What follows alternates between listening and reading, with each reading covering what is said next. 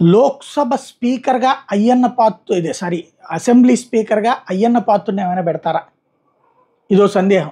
ఎందుకయ్యా అంటే తాజాగా నర్సీపట్నం ఎమ్మెల్యే అయ్యన్న పాత్రుడు నిన్ననే వచ్చారు, నిన్నే మాట్లాడుకున్నాం. అయ్యన్న చాలా బాధ్యతాయుతంగా మాట్లాడారు, సంస్కారయుతంగా మాట్లాడారు ఈ దఫా అని చెప్పి.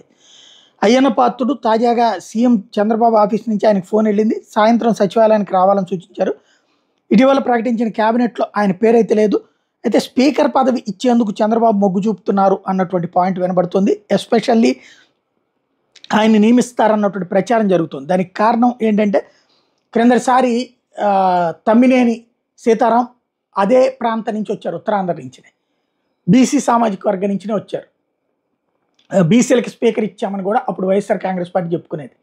అంతకుముందు కమ్మ సామాజిక వర్గానికి సంబంధించినటువంటి కోడెల శివప్రసాద్కి ఇచ్చారు కాబట్టి ఆ లెక్కల్ని ఈక్వేషన్ ఇచ్చి మేము స్పీకర్ కూడా బీసీలకి ఇచ్చామని లెక్క చెప్పి ఇప్పుడు అందుకనే స్పీకర్ని బీసీలకి ఇవ్వటం అన్నటువంటిది అవుతుంది. అయ్యన్న పాత్రుడు కాస్త అంటే తను విడప్పుడు భాష వేరు, ఆ సీట్లో కూర్చున్నప్పుడు బాధ్యతాయుతంగానే మాట్లాడతారు. నిన్న మాట్లాడింది చూస్తే చాలా సంస్కారయుతంగా మాట్లాడింది.